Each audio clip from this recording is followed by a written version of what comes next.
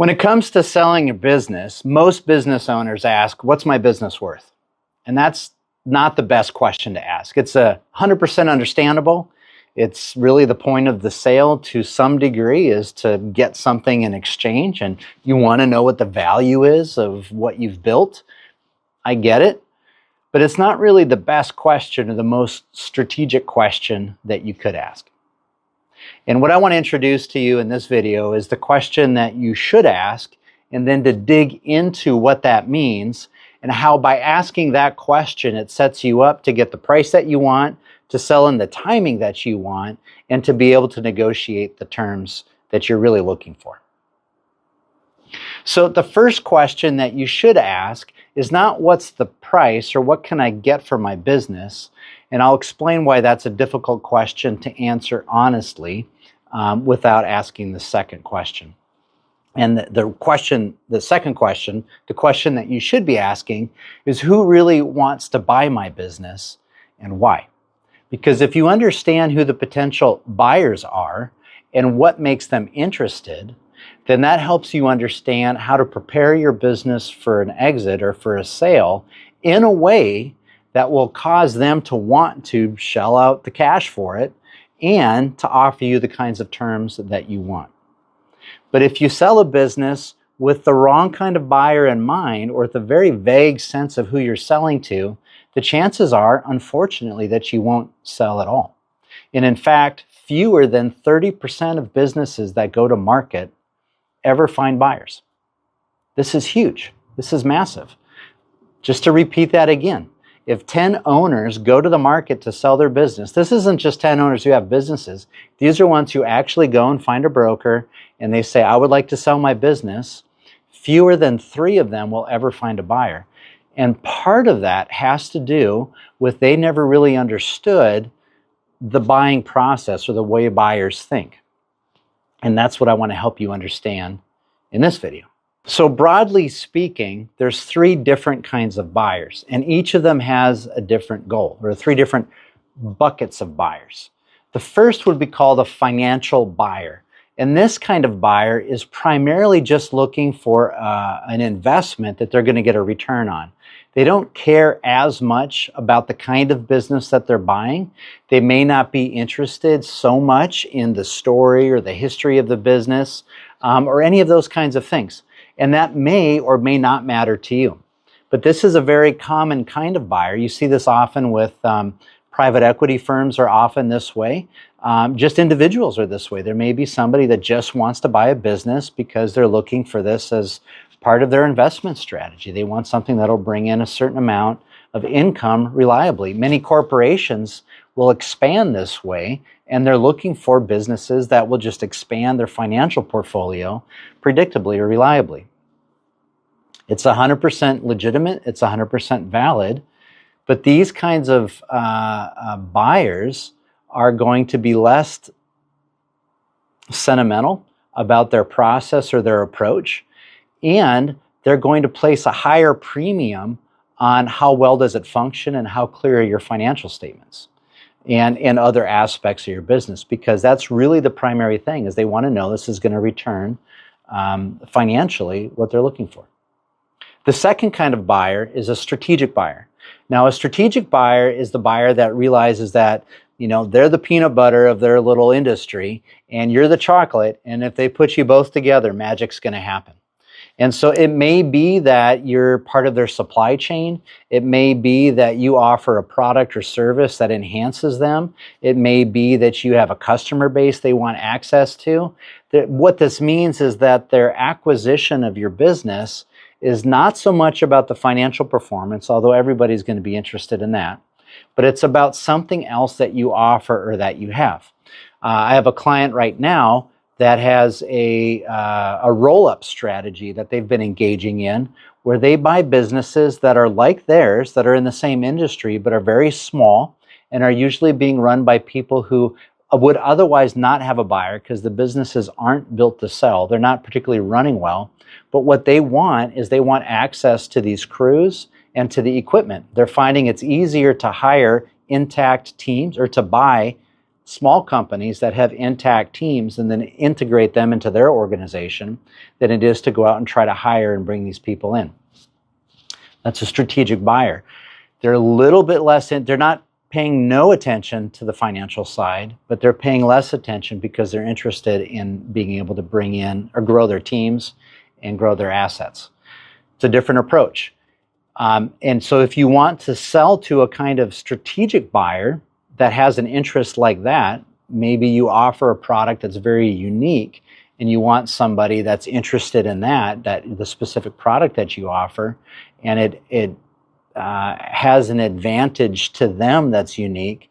Oftentimes that's appealing to sellers because they feel like that what they've built may be taken care of long past their departure. Strategic buyers often are willing to pay a premium because of the fact that 2 + 2 can equal 5 or 6 or 10, depending on how strategic or how valuable that chocolate and peanut butter connection is.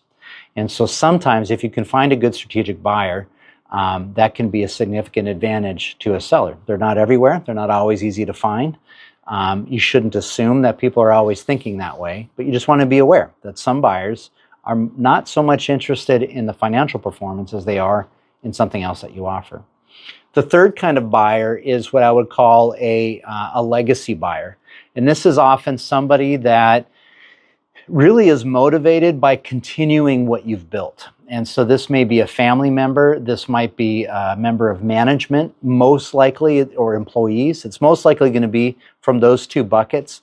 It could potentially be a competitor, it could potentially be a colleague or another company that's out there, but usually it's going to come from family and from management, where really what they want is to keep this going. And so again, their motivation is going to be a little bit different than someone that actually is looking for a certain level of financial performance or is looking for something unique or special, your special sauce, because it's going to add something to their special sauce. And so those three different buyers approach things in different ways. And how you approach them or how you prepare for them impacts their ability to hire. So a good example of their ability to buy. A good example of this is, let's say you have a legacy buyer. You have a management team that wants to buy out your company and you want to sell to them. And the chances are higher that they themselves are not financially positioned well to offer you the most premium price possible. A strategic buyer or a financial buyer may be willing or just may be more able to offer you a higher price for your business. But let's say for you, getting the absolute top dollar isn't as important as knowing that you've been able to set this group of people up for really good careers and in a great future into the moving ahead. And it's important to you that they care about the legacy and they want to continue it. So those things may be more important to you than maximizing the financial return that you can get. One of the things that you want to think about in terms of preparation for that is the fact that many of them are going to need some kind of support to be able to finance the deal. And so you're going to want to start thinking about that further into the future, because it can take some time to set up some good mechanisms so that they're able to do that. It's just an example of an approach that changes your strategy. I have clients that I work with that just like, I've built a good business, it served me well. I really don't care what happens to it going on from here. Get me the most that I can for it. Other clients are like, get me a good price. Really what I want are these conditions and the terms. And so I want a buyer that's willing to make this kind of arrangement with me. Others are like, no, actually I want to buy or I want to sell to someone who views us as special and we add value to them, and I really want to maximize not just what we're selling, but we want to be able to maximize our reach as a company. And that to me would feel very satisfying to know that we were able to multiply our company in some way because we connected with a certain special kind of a buyer. Sellers have all sorts of different motivations. You just want to be clear on what's important to you and try to match that up with the right kind of buyer, because it does impact the whole process of preparation and how you would get ready to sell and how you would even approach them. There's two things I want you to think about that if you're a seller, that buyers do think about, even if they don't use this language. The first has to do with readiness. How ready is your business to sell? This has to do with how ready are you to produce financial statements? How ready are you to show somebody your policies and processes and procedures? How easy is it to explain how the business runs? How clear is your recipe book for success, so to speak? Those kinds of things. And then on an emotional level, how ready are you to sell?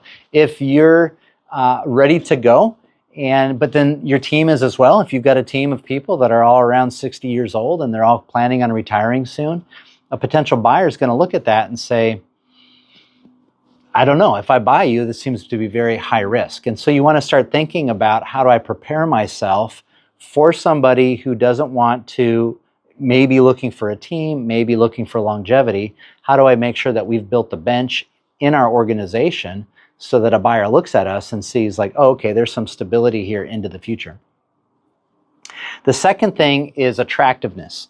And this has to do with how attractive you are to a potential buyer. So you can be ready to sell, but not that attractive, because you're not really strategically positioned for the priorities. And this is how I described it before. So if you're not strategically positioned in a way that makes you attractive to family members or management to own, if it seems very complicated or hard to buy, they may not be able to or may not be interested in running your business. If you don't have anything special to offer, you haven't really shaped it or framed it in a way that makes it obvious to a potential strategic buyer, then it's going to be harder to get that kind of sale. So if that makes sense to you, I was sitting down with an owner once that just was, according to him, making money, millions of dollars, take home, hand over fist, just doing fantastic. So he said, but he couldn't produce any financial statements. And so within just a few minutes in the conversation, I understood why nobody had been willing to buy the business. He was in a business that had very, very high risk exposure, and there was no way to see what was going on, first of all, financially, but in any other way of the business. Things were so informally, loosely run that potential buyers would take a look because it was attractive in that case, but not ready. So attractiveness is what would draw somebody to you. So if you've already been getting inquiries, if people are looking at your business and saying, you've ever been thinking about selling? You open and talking about that? That means you have some level of attractiveness that's already there. But if those conversations can't continue, or if you say, yeah, I am interested, and you start to share information with them and they all kind of end up dying and quitting, that has to do with not having some of your readiness factors in place.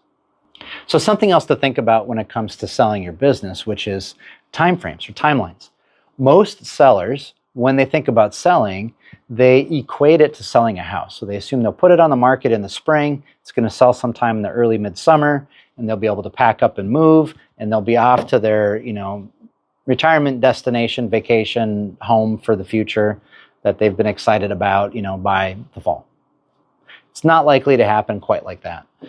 What's more likely to happen, your typical transaction process or sales process usually takes between 9 to 18 months on average. And so that means that's not including whatever prep time that you need to put into your business to get it ready to sell and increase its attractiveness to a potential buyer. And it's assuming you sell your business, that you're part of that lucky less than 30% that actually finds a buyer. Typically what happens is you'll put it in the market, and there's about a 9-month process to 18 months process where somebody or a couple of somebodies will come to you, they'll kick the tires, they'll eventually get interested in your business, you'll sign some non-disclosure agreements, they'll submit a letter, an LOI to you, a letter of an intent, and they'll start their due diligence process. Oftentimes those processes will fall through. Something will happen. They'll realize they can't pull their financing together. They'll discover a problem in the business that they're not comfortable with. It's somehow not attractive enough or ready enough for them, or they were looking for a strategic advantage and it wasn't there. They were looking for financial benefits and it's not clear that it was there. Maybe it's management and they couldn't get a bank to support them to buy it out at the price or terms that you wanted. So those kinds of cycles will happen, and then it comes back off the market, or it goes back to the market, and then you find someone else. If you're part of that lucky less than 30% that sells, you might have to go through that process once or twice before, or 3 times before you find a buyer that will actually stick and be able to work with you. You just need to be prepared for that, because if you want to be done at 62, the reality is you might be in the business a little bit longer just for the transaction. Then many times when somebody does buy, they'll say, you know what, this is such a fantastic business, but there's certain parts of it that don't run without you being here, or we're not confident it will run without you being here. We would like you to stay on, or we will require you to stay on as an employee if you want us to buy this business at this price. And so we need you to stay here for an additional year or additional 2 years. And so you want to have this understanding that when you go to sell, depending on the kind of buyer that you're selling to, the transaction process and the time frame for the sale could shrink or shorten. If you're selling to family or you're selling to management, oftentimes those time frames can become much shorter. If you're selling to strategic or financial buyers, they might be longer. So here's some of the questions you want to ask to kind of wrap this up. Is what would a sophisticated buyer want to see? Not just what any buyer, not what would somebody who just loves us as much as we do, but a sophisticated buyer, someone that knows what kinds of questions to ask, that's willing to open the hood and look in the engine and see how things really run.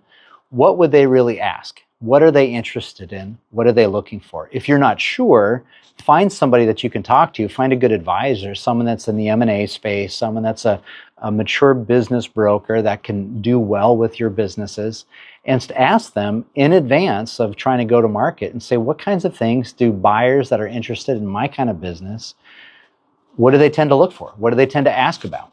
How do we begin to prepare for the kind of buyer that we really want? I have a client right now that is interested in a strategic buyer.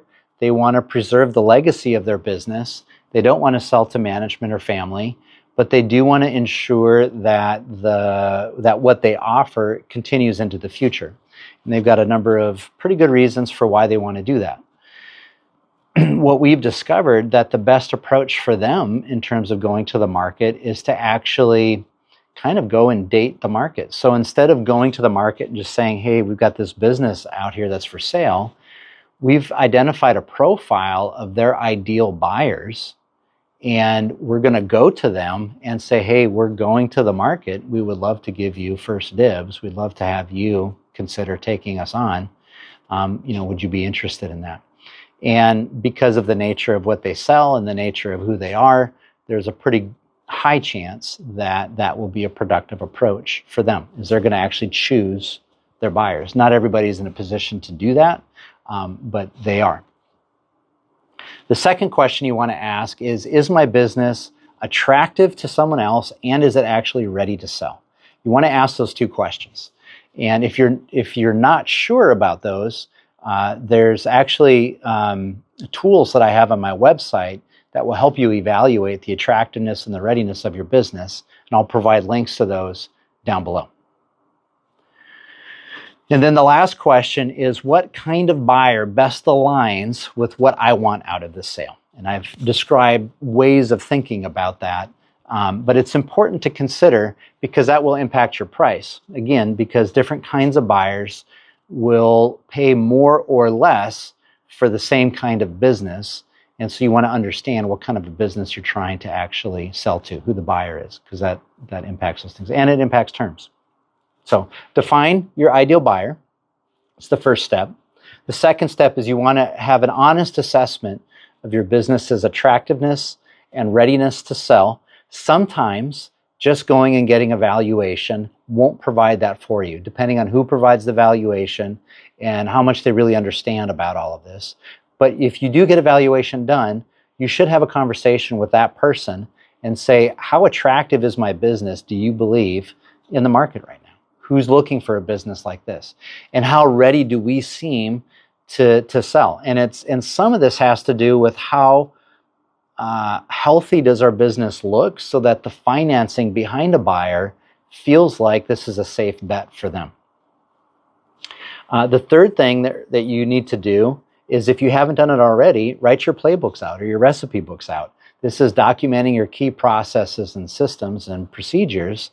This goes a long ways to helping to explain how your business works and being able to give confidence to buyers that you are ready to sell and that they can understand how to run it.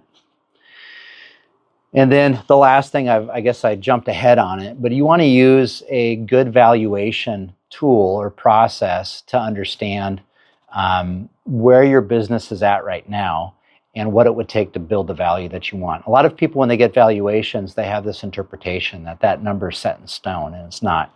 So if you bring your business in to get it valued and you come back with, oh, your business is worth $3 million, and you're like, oh, I was really hoping to sell it for $8, there probably is a pathway to building the business up and raising the value of that business to an $8 million business. You just want to know what that pathway is and if that looks good to you. But there are things that you can do. So I just want to make sure that you're aware of that.